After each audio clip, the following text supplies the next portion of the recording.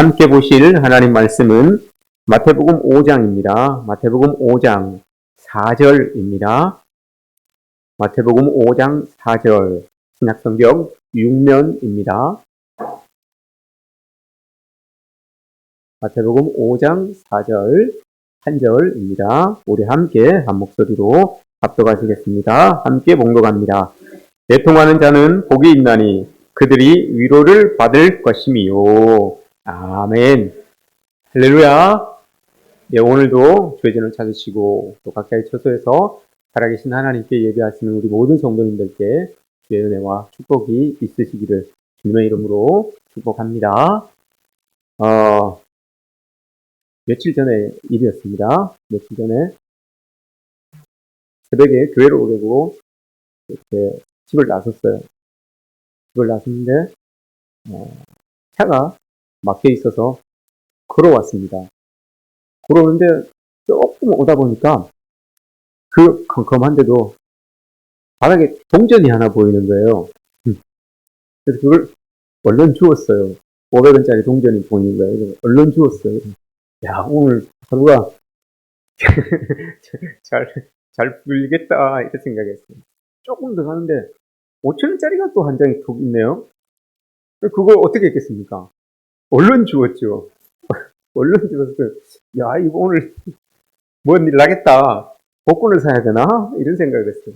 조금 더 가서 이제 우리 교회 이렇게 올라오는 그쪽 되니까 10,000원짜리가 또 하나가 있네요. 그걸 또 주웠어요. 주워가지고 이거 장난치나 싶어서 이렇게 한번 보게 되더라고요. 다 와가는데 얼마짜리가 있었겠습니까? 50,000원짜리가 턱 있는 거예요. 다 와가는데 50,000원짜리가 턱 있는 거예요. 얼른 주웠죠. 얼른 주워가지고 야, 이거 제가 다 괜히 좋은 일이 막 생기니까 기분은 좋은데 이거 뭐 또 내가 뭔 일 당하는 거 아닌가 이런 생각이 들더라고요. 그래서 기분 좋게 막 웃고 있었어요. 근데 이거 가지고 뭘 갈까 그러니까 근데 어디서 소리가 막 들리는 거예요. 아빠 그 소리가 들리는 거예요. 막 아빠 막 그러는 거예요. 좋다고 막 웃고 있었는데 아빠 소리가 너무 커서 그 소리에 제가 놀래서 눈을 번쩍 뜨니까 꿈이었어요. 아빠, 교회가 새벽 예배 시간 다 돼서 아빠, 교회가 꿈이었어요. 이거보다 더 좋은 꿈도 많이 꾸었는데 최근에 꾼 꿈이라서 생각이 납니다. 여러분 한번 이렇게 지금까지 오시면서 정말 이건 잊지 않고 기억했으면 했던 그런 꿈, 좋았으면 그렇게 좋았던 그런 꿈이 혹시 있죠? 한 두 개는 다 있을 거예요. 그죠? 그렇게 그리워하던 사람을 꿈속에서 만났든지 아니면 꼭 이루고 싶었던 일들을 꿈속에서 이루었든지 다 소원하고 있었던 그 일들이 꿈에서 딱 이루어지는 그 기쁨을 막 누리고 있던 그런 꿈들. 근데 여러분 꿈은 꿈입니다. 다 깨고 나면 허망해요. 다 깨고 나면 더 참 마음이 쎄하고 아프죠. 우리 살아가는 인생이 여러분 이렇습니다. 좋은 꿈을 꾸다가 깬 것처럼 이런 좋은 꿈을 좋은 꿈에서 깨는 이 사건들로 가득한 것이 여러분 우리 인생입니다. 좋은 일들을 꿈꾸고 좋은 상황들을 꿈꾸고 그렇게 열심히 살아가는데 여러분 그 꿈을 깨는 것과 같은 상황들이 우리에게 마주할 때를 많이 우리가 접합니다. 좋은 꿈들만 계속 했으면 좋겠는데 계속 이어갔으면 좋겠는데 이 좋은 꿈들이 깨고 나면 현실에 이렇게 딱 마주하게 되죠. 현실을 마주하게 되면 우리가 처해 있는 그 상황들이 눈에 보입니다.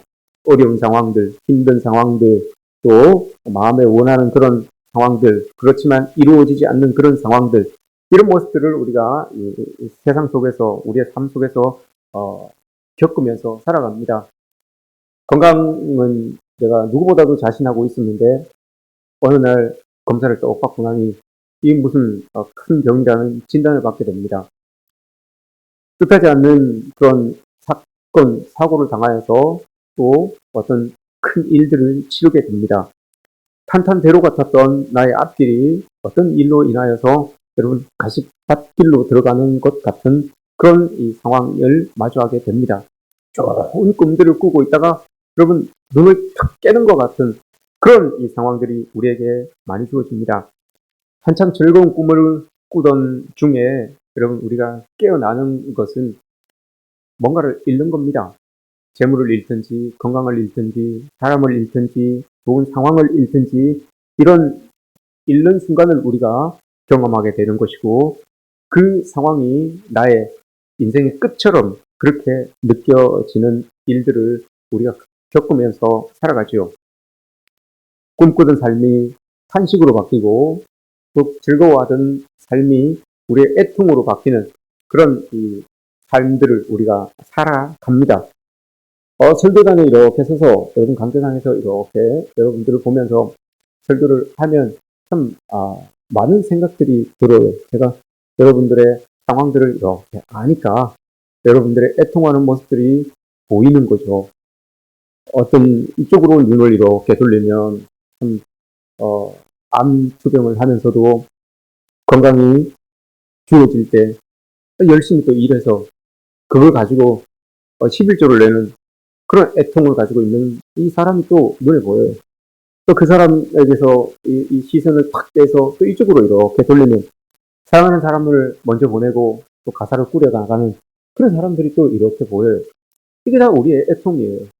내 뜻대로 내 마음대로 안 돼서 그렇게 건강하게 잘 지내다가도 무슨 일인지는 모르겠지만 또 이런 일들이 나에게 닥쳐서 아파하고 힘들어하는 그런 사람들이 그러면 이렇게 눈에 들어옵니다.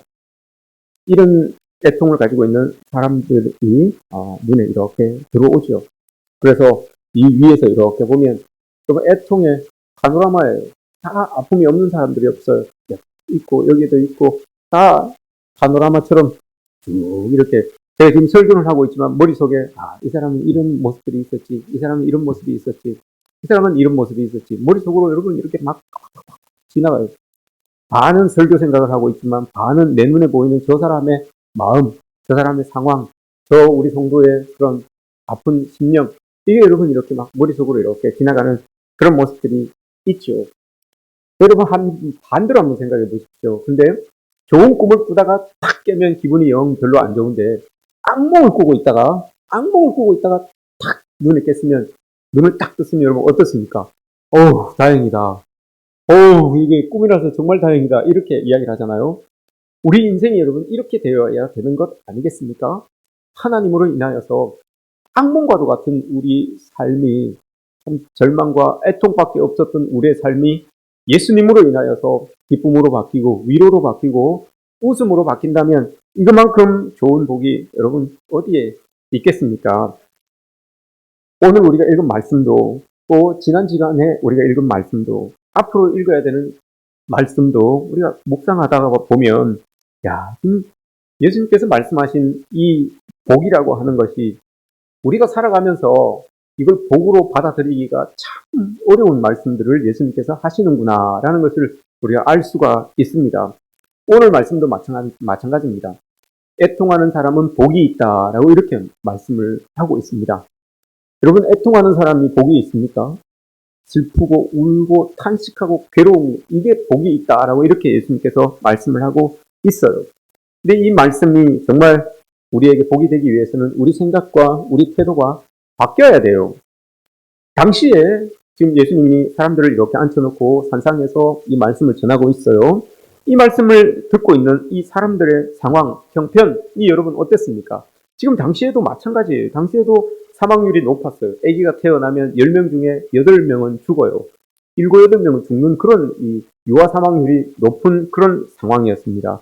수명도 짧아요. 40세, 50세까지 살면 많이 산 거였어요. 또한 굶주림이 많았어요. 질병도 많았고 국가도 여러분 주변의 나라로 인하여서 굴욕의 시대를 살아가고 있는 그때였어요. 그런데 예수님께서 그런 시대를 살아가고 있는 사람들을 앞에 놓고 애통하는 사람들은 복이 있습니다 라고 이렇게 이야기를 해요. 그게 모여있는 사람들은 대부분 다 여러분 애통의 시대를 살고 있었던 사람들입니다. 그 사람들을 향하여서 애통하는 사람은 복이 있습니다 라고 이렇게 예수님께서 말씀을 하셨으니 여러분 이들 중에서 정말 예수님의 그 말씀을 복으로 받는 사람이 몇 명이나 있었겠습니까?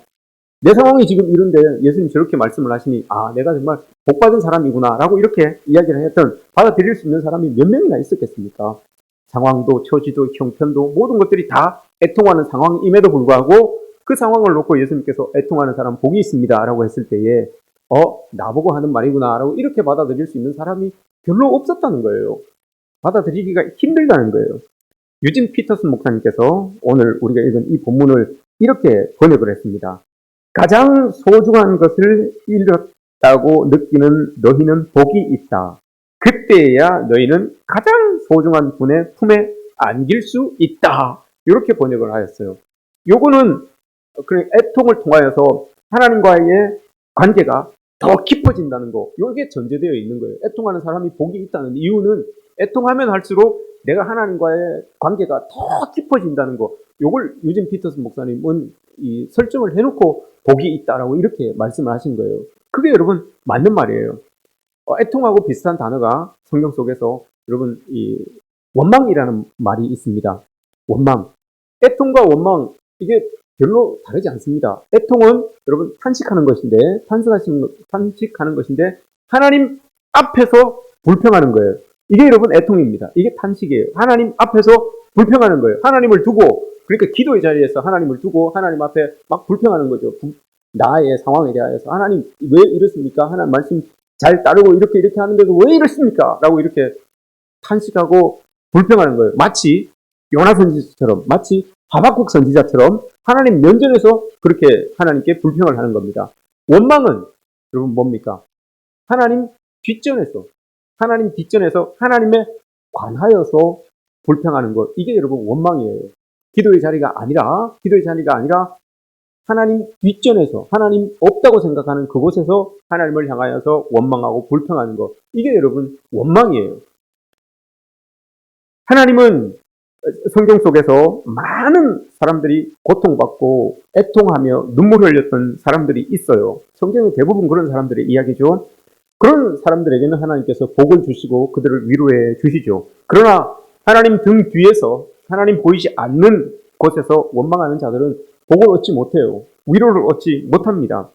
원망은 하나님과의 관계를 파괴하는 것이고, 애통은 하나님 앞에서 하나님께 부르짖는 그것은 하나님과의 관계를 쉽게 만들어주는 것입니다. 그래서 여러분 애통하는 사람이 위로를 얻는 복을 얻게 되는 것입니다. 주변에서 여러분 우리가 종종 애통한 상황을 접한 사람들을 만날 때가 있습니다. 그때 우리가 말합니다. 그때 그들을 향하여서 아무 말 못할 때도 있어요. 그 애통의 상황이 너무 커서, 그 애통의 상황이 너무 마음 아파서 위로를 전하려고 해도 한마디 말도 못할 수 있는 그런 이 상황을 처할 때가 있습니다. 그럼 여러분 우리가 어떻게 합니까? 그 위로를 어떻게 표현합니까? 아무 말 못해요. 그냥 가서 손을 그냥 꼭 잡아줄 수밖에 없어요.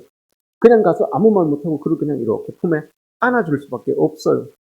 그 안아줌의 크기와 안아줌의 깊이는 그가 당한 슬픔의 크기와 비례하는 거죠. 그가 얼마나 큰 슬픔을 당하였느냐에 따라서 우리가 얼마나 손을 꼭 잡아주느냐, 얼마나 품에 꼭 안아주느냐, 이 크기죠. 유진 피터슨 목사님이 말씀하신 게 그거예요, 여러분. 우리가 삶 속에서 고통을 당하고 고난을 당하고 애통을 당할 때에 예수님께서 우리에게 오셔서 우리를 꼭 안아주신다는 거예요. 이게 여러분 애통하는 자가 복이 있다는 이유가 바로 여기에 있는 겁니다. 하나님에게 안기는 것만큼 복이 있는 것이 여러분 어디 있겠습니까? 이게 여러분 우리에게 주어지는 복이라는 겁니다. 하루 한 줄 행복이라는 책이 있습니다. 그게 이런 내용이 있어요. 영화에서 가장 고민하고 가장 고난을 많이 당하는 사람은 주인공이고, 문제도 주인공에게 제일 많이 발생한다. 문제가 전혀 일어나지 않는 사람은 행인 1, 행인 2이다. 어째서 당신에게 고난이 많이 닥치나, 그토록 힘든 일들이 나에게 닥치는지 알겠는가? 당신이 영화에서 말하면 주인공이기 때문이다. 이런 말이 있어요. 여러분, 우리가 고통받고 애통하고 힘들어하는 이유는 우리가 우리 인생의 주인공이기 때문에 그렇습니다.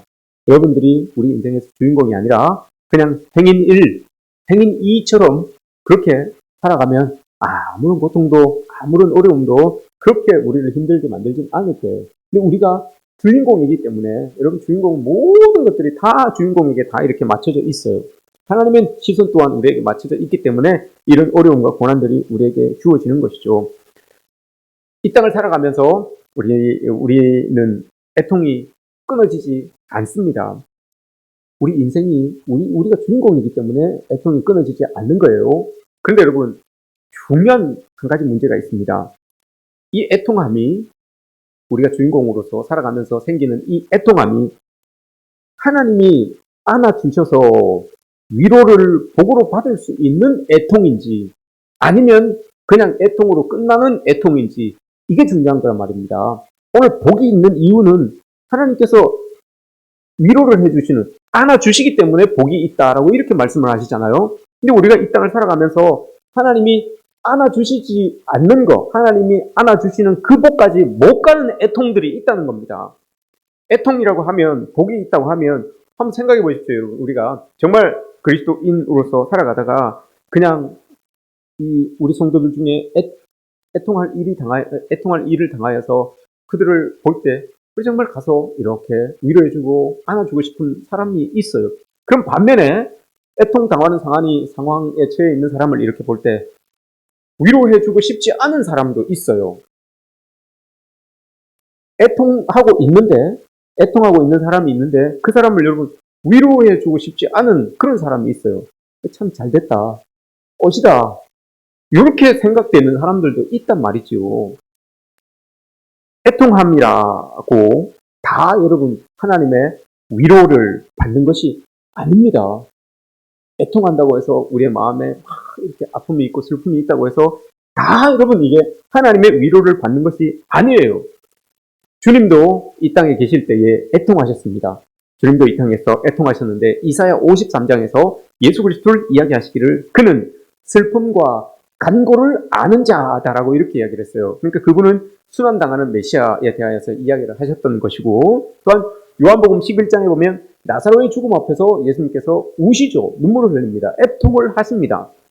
누가복음 19장에 보면 예수님께서 망해가는 예루살렘 성을 보시고 또 우시죠. 누가복음 19장에서 또 예수님께서 자기의 질고를 지고 우리의 모든 질고를 지고 십자가를 지시기 위하여서 겟세마네 동산에서 마지막으로 기도하십니다. 그때 기도하실 때에 그의 땀방울이 변하여 핏방울이 되잖아요. 그 기도하는 모습을 히브리서 기자가 히브리 5장 7절에서 이렇게 고백을 합니다. 자기를 죽음에서 능히 구원하실 이에게 심한 통곡과 눈물로 간구와 소원을 올렸다라고 이렇게 기도해요. 이렇게 고백하고 있어요. 예수님의 그 겟세마네 동산에서의 기도, 얼마나 많은 눈물을 흘렸는지, 얼마나 많은 호소를 하셨는지, 얼마나 많은 통곡을 하셨는지 그 땀방울이 빗방울로 변하는 그 모습으로 예수님께서 애통을 하셨다라고 합니다.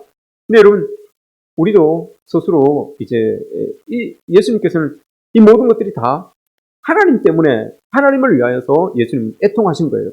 여러분 나사로 보고 왜 우셨습니까? 결국 하나님께서 나사로를 통하여서 하나님의 일을 보이시기 위하여서 그런 이 모습들이 다 있었기 때문에 예수님이 통곡을 하신 거예요. 예수님은 하나님 일 때문에 그렇게 통곡을 하셨던 분입니다. 그럼 여러분 이제 우리에게 물어봐야죠. 우리 스스로에게 우리 물어봐야 됩니다. 나는 왜 애통하는지, 나는 무엇 때문에 애통하는지, 나는 무엇 때문에 애통을 하고 있는지 여러분 우리가 물어봐야 돼요. 과연 내가 애통하고 있는 이것이 하나님으로 인하여서 하나님 때문에 가슴 아파하는 것인지 아니면 세상에서 내가 마음먹은 대로 일이 되지 않아서 내가 세상에서 이루고 싶은 것들이 있는데 그걸 못 이루어서 내가 이렇게 돼야 되는데 그게 안 돼서 정말 가슴 아파서 애통하고 막 분해서 이렇게 마음치며 애통하고 있는지 이걸 여러분 우리가 한번 물어봐야 된다는 거죠. 우리 스스로에게. 애통, 펜테오라고 하는 단어는 우리가 잘 알고 있어요. 이건 창자가 끊어지는, 심장이 뻥 뚫어지는 그 아픔이에요. 뼈가 깎이는 그 아픔이에요. 우리말로 하면, 우리 표현을 하면 단장이에요. 단장. 창자가 이렇게 끊어지다라고 하는 이 말을 말하는 거죠. 진나라 때 한운이라고 하는 사람이 총나라를 점령하러 가다가 새끼 원숭이를 한 마리 잡잖아요. 새끼 원숭이를 한 마리 잡아가지고 그걸 자기가 데려가요. 데려가니까 엄마 원숭이가 따라오면서 막 울잖아요. 막 울어요. 좀 놔주지 하면서 속으로 그랬겠죠. 놔주지 하고 했는데 그걸 그냥 데리고 배에 그냥 덜렁 타요. 새끼 원숭이를 데리고 배에 덜렁 타고 가버립니다. 그랬더니 그 원숭이, 엄마 원숭이가 죽잖아요. 덜렁 죽어요. 원숭이, 엄마 원숭이 배를 이렇게 가려고 하니까 창자가 이렇게 다 끊어졌다 그러잖아요. 이게 단장이에요. 이게 단장. 엄마가 여러분 얼마나 아팠으면 이게 창자가 끊어졌겠습니까? 그럼 저는 우리 성도님들 중에도 그 끊어진 창자의 아픔을 가지고 이 땅을 살아가고 있는 분들이 많이 계신다고 저는 생각해요. 그걸 누구에게 표현하지도 못하고 보여주지도 못하고 그냥 속에 창자가 끊어진 채 그대로 아픔을 안고 그렇게 하나님 의지하면서 살아가고 계신 우리 성도님들이 많다고 생각해요. 참 고맙고 참 감사한 일이죠. 또 기도할 때마다 여러분 애통해야 되는 부분들이에요. 이런 성도들이 많다는 건. 그래도 이런 분들이 신앙을 안 버리고 끝까지 하나님을 붙들고 살아간다는 것에 대하여서 참 하나님께 감사해야 되는 일이죠. 이런 성도님들이 많다는 거예요. 이게 참 감사하기도 하고 눈물 지을 일이기도 해요. 다 좋은 일 있고 늘 웃고 늘 만사형통하면 여러분 얼마나 좋겠습니까? 그런 성도들이 교회에 많으면 여러분 얼마나 좋겠습니까? 그러나 그 애통하는 심정으로 하나님을 찾는 성도들이 많다는 것, 이것도 여러분 하나님께 감사할 노릇이죠.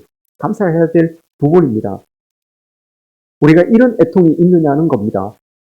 하나님의 일로 인하여서, 예수 그리스도로 인하여서 이런 일, 이런 창자에 끊어지는 아픔이 있느냐, 이걸 가지고 하나님 앞에 나와 눈물을 흘리며 하나님께 간구할 수 있는 그런 자들이, 그런 나인가, 이걸 여러분 우리가 물어봐야 된다는 거죠.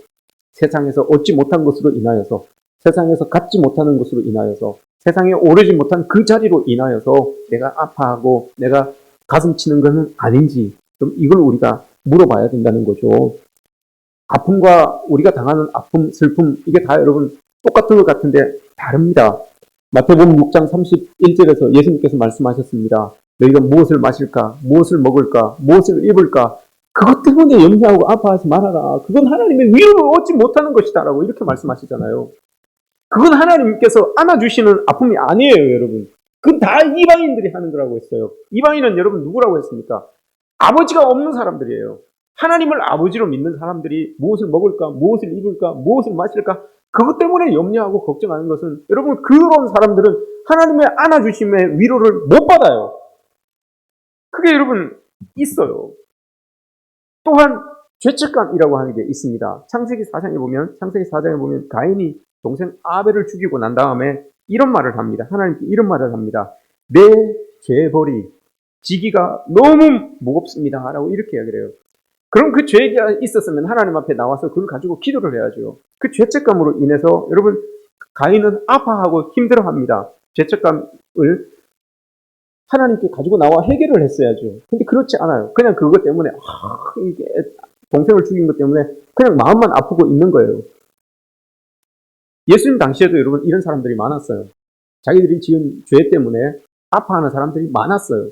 바리새인과 서기관들이 대표적인 사람들이에요. 그래서 여러분 그들이 지은 죄를 이 마음의 아픔을 덜기 위하여서 율법을 들고 나온 겁니다. 율법을 들고 나와서 조금이라도 이걸 만들어 놓고 애써 지킴으로써 자기들의 죄책감에서 좀 더 자유함을 누려보려고 그렇게 율법을 만들어갔던 사람들입니다. 그런데 여러분 고린도후서 7장 10절에서 뭐라고 합니까? 세상의 근심은 우리를 사망에 이르게 한다라고 이렇게 이야기를 했어요. 세상에서 하는 세상 일로 인하여서 하는 근심은 여러분 우리를 사망으로 이르게 합니다. 그게 뭡니까 여러분? 그만큼 힘들고 그만큼 어렵게 만든다는 거예요. 출구가 없는 어려움 속으로 우리를 몰고 들어간다는 거예요. 세상의 고통과 세상의 그런 걱정과 근심들은 우리를 그렇게 만든다는 거예요. 사망에 이르는 아픔과 주님께 위로를 얻을 수 있는 아픔, 이게 여러분 다르다는 겁니다. 아무리 여러분 근심하고 걱정해도 하나님의 위로를 못 얻는 게 있고, 정말 아픈 근심이지만 걱정이지만 그거 하나님 앞에 나와서 기도하면 여러분 위로를 얻는 아픔이 있다는 것을 말하고 있어요. 하나님 아니었으면 내 인생에 애통하지 않아도 될 일들, 하나님의 복음이 나에게 찾아오지 않았으면 참 힘들지 않았을 그 일들, 이것들이 하나님 때문에 나에게 찾아오는 뭐로 말미암아 주어지는 그 애통들, 그 슬픔들, 여러분 이런 것들에 하나님이 위로를 해주신다는 겁니다. 이런 것들에 여러분 하나님이 우리를 안아주시고 우리를 품어주신다는 겁니다. 세상의 일 때문에 고통하고 고민하는 것 때문이 아니라 더 나아가서 우리가 진짜 애통해야 되는 일은 죄입니다. 죄. 죄 때문에 여러분 우리는 애통하고 고통해야 되는 게 맞아요. 죄를 들고 하나님 앞에 나가야 되죠. 죄를 들고 하나님 앞에 가서 굴을 찢어야 되는 거예요. 100년 전까지만 해도 여러분, 100년 전, 뭐 제가 살은 건 아니지만 100년 전에 이 문서는 남으니까 100년 전에 영국의 옥스퍼드 사전이 있어요. 그 사전에는 여러분 죄라고 하는 단어와 연관된 동의어가 무려 60개 이상 돼요. 60개, 70개 돼요. 거의 100개 정도 되는 것도 있어요. 그런데 이게 옥스퍼드 사전을 정리하면서 그 죄라고 하는 동의어를 빼버렸어요. 죄와 비슷하게 쓰여지는 그 단어들을 다 빼버렸어요. 얼마 전에 한 5년 전이죠. 한 5년 전에는 그 옥스퍼드 사전에서 죄라고 하는 단어도 우리 뺍시다. 이런 논의가 있었어요. 이제는 사람들이 죄라는 말을 듣기 싫어합니다. 죄 말고 다른 대체 용어들도 많지 않습니까? 안타까운 잘못, 실수, 중독, 증후군, 이런 말들도 많으니까 우리 이걸 바꿉시다. 이제 죄라는 말은 빼고 이걸 넣읍시다. 라고 이렇게 논의된 적이 있었습니다. 근데 여러분, 아무리 죄라는 말이 사전에서 빠져도, 사전에 이 죄라는 말이 없어도, 여러분, 우리 마음속에 죄는 없어지지 않아요. 죄라고 하는 그 개념이 여러분 없어진다고 해도 죄의 상태, 이게 여러분 사라지지 않습니다.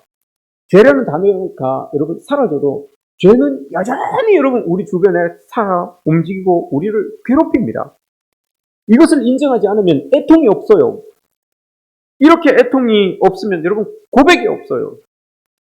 이 고백이 없이는 하나님의 위로와 용서하심이라고 하는 그 복을 얻을 수가 없는 거예요.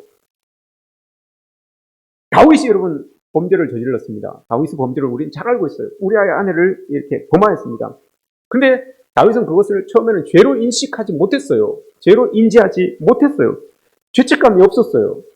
이 죄의식이 없었어요. 그래서 나단 선지자가 찾아와서 무섭게 책망합니다. 무섭게 책망하는데 당신입니다라고 직접적으로 단도직입적으로 이야기하지 아니하고 이야기를 이렇게 하면서 빙빙 돌려가지고 이야기를 하죠. 그 가난한 사람의 것을 탐한 사람이 있습니다라고 이렇게 이야기를 하니까 다윗도 자기가 듣기에 이게 엄청난 일인 거예요. 이게 도저히 수용이 안 되는 일이에요. 그래서 다윗이 소리를 지르나요. 대체 그 사람이 누굽니까? 라고 이렇게 이야기를 하니까 나단 선지자가 불같이 당신입니다! 라고 이렇게 이야기를 해요. 그때 여러분 다윗이 회개하잖아요. 하나님 앞에 나와서 침상을 띄우면서 하나님께 눈물로 애통하며 기도해요.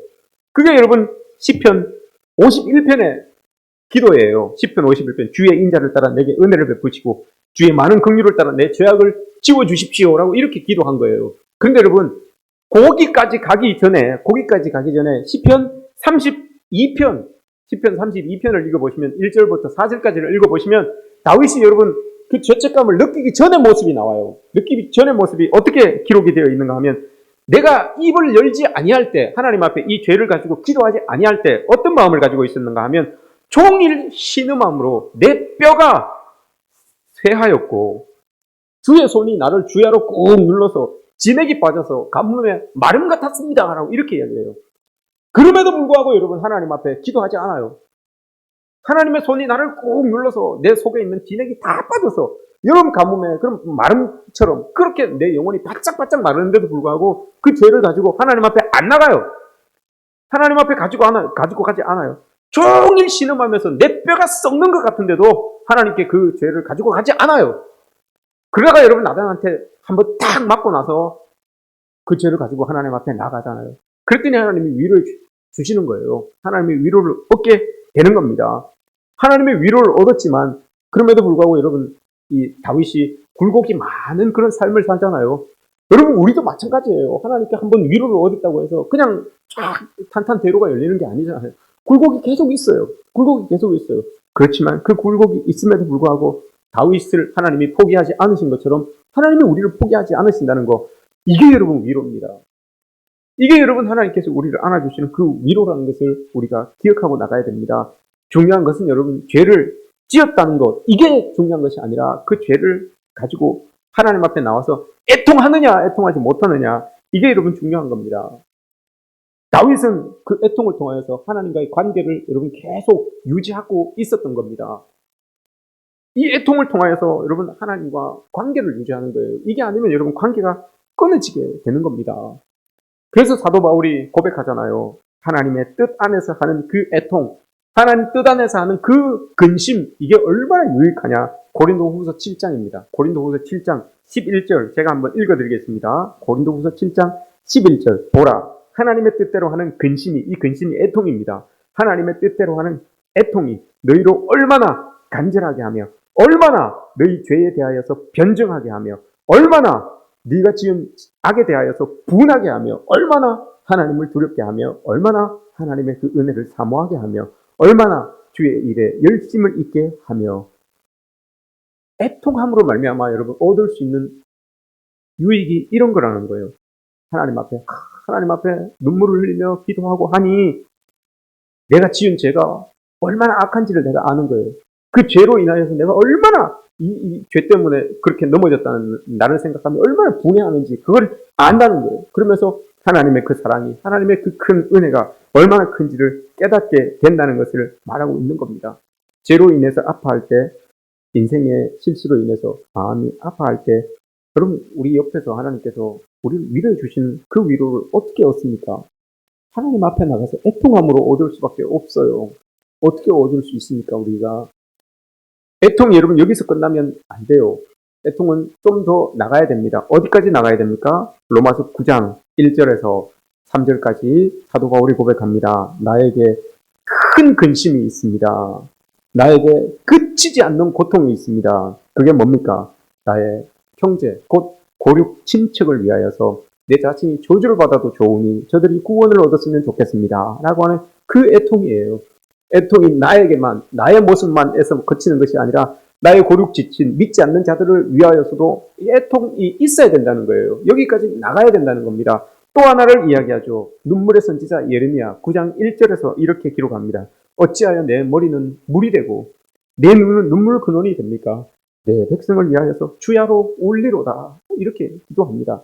애통이 여기까지 가야 되는 거예요, 여러분. 예레미야 선지자가 망해가는 예루살렘 백성들을 보고 이스라엘을 보면서 그렇게 애통을 했던 거예요. 사람들이 여러분 그렇게 예레미야를 거짓 선지자라고 막 몰아세웁니다. 거짓 선지자들과 백성들이 예레미야를 막 때리고 조롱하고 비방하고 해요. 그래도 여러분 예레미야의 눈에 들어오는 건 그 망해가는 이스라엘이에요. 그랬던 그 이스라엘을 붙들고 기도하는 거예요. 붙들고 우는 거예요. 다른 반박하지 않아요. 그냥 우는 거예요. 여러분 울면 끝나는 거예요. 싸우다가도 여러분 울면 싸움 끝나잖아요. 그죠? 막 큰 싸움에서 누가 툭 맞고 울어요. 그러면 끝난 거예요. 이겼든지 졌든지 간에 울면 끝나는 거예요. 예레미야가 여러분 그렇게 했던 거예요. 예레미야는 아무리 맞아도 거기에 대해서 대항하지 않냐고 우리 하나님 앞에 서서 울었던 거예요. 여러분 어떻습니까? 우리 교회 여러분 어떻게 해야 됩니까? 우리 여러분들의 가정 여러분 어떻게 해야 됩니까? 우리 여러분 자녀들 어떻게 해야 됩니까? 예레미야가 이야기했습니다. 주야로 울리로다. 여러분 이거밖에 없어요. 하나님 앞에 우리가 할 수 있는 건 이거밖에 없어요. 그럼 여러분 교회는 잠잠해집니다. 가정이 여러분 조용해집니다. 우리 자녀들이 여러분 하나님 은혜 속에서 자라나게 되는 거예요. 딴 게 없어요, 여러분. 주야로 울리라. 내 백성을 위하여 주야로 울리로다. 이거밖에 없습니다. 열왕기하에서 20장에서 히스기야 왕이 자기의 죽음을 알고 심히 통곡합니다. 3절에서. 그랬더니 5절에서 하나님께서 바로 응답을 해주십니다. 내가 너의 기도를 들었고 내 눈물을 보았다. 이렇게 말씀해 주십니다. 바로 여러분 응답해 주십니다.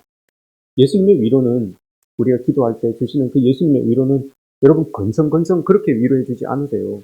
그냥 어깨 한번 툭툭 두드려 주고 그렇게 끝나는 위로가 아니에요.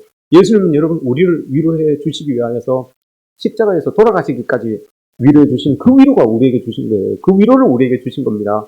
그냥 어깨 한번 툭툭 두드려주고 그래 힘들지 이게 아니에요, 여러분. 예수님은 우리를 위로해 주시기 위하여서 그 십자가에서 돌아가신 거예요. 우리를 여러분 애통의 복을 얻게 하기 위하여서 십자가에서 돌아가셔서 친히 우리에게 다가오셔서 우리를 위로해 주시는 그 위로예요. 그 위로가 여러분 애통하는 자들에게, 하나님을 찾는 자들에게 있다라고 이렇게 말합니다. 우리가 당하고 우리가 삶 속에서 맞이하게 되는 그런 애통함 중에는 이해할 수 없는 것들이 많아요. 또 생각지도 못한 것들도 많고 이유도 모르는 것들이 참 많습니다. 받아들이기 너무 힘든 것들도 참 많습니다. 그냥 깜깜하죠. 힘든 시간입니다. 그러나 여러분 밤이 되어서 깜깜하면 아무것도 여러분 안 보일 것 같아요. 그런데 낮에는 보이지 않던 저 멀리 반짝이는 별이 보입니다. 우리가 여러분 애통하는 일들이 우리의 삶 가운데 많이 있어질 때에 우리 애통함 가운데서 우리 인생을 이끌어 가시는 그 하나님의 손길이 여러분 보였으면 좋겠습니다. 우리가 참 힘들고 눈물 흘릴 때에 그 눈물이 톡 떨어져서 깜깜한 밤을 밝히는 별빛이 되는 하늘의 별로 탁 박히는 그런 은혜가 우리 여러분들에게 있어지기를 축복합니다.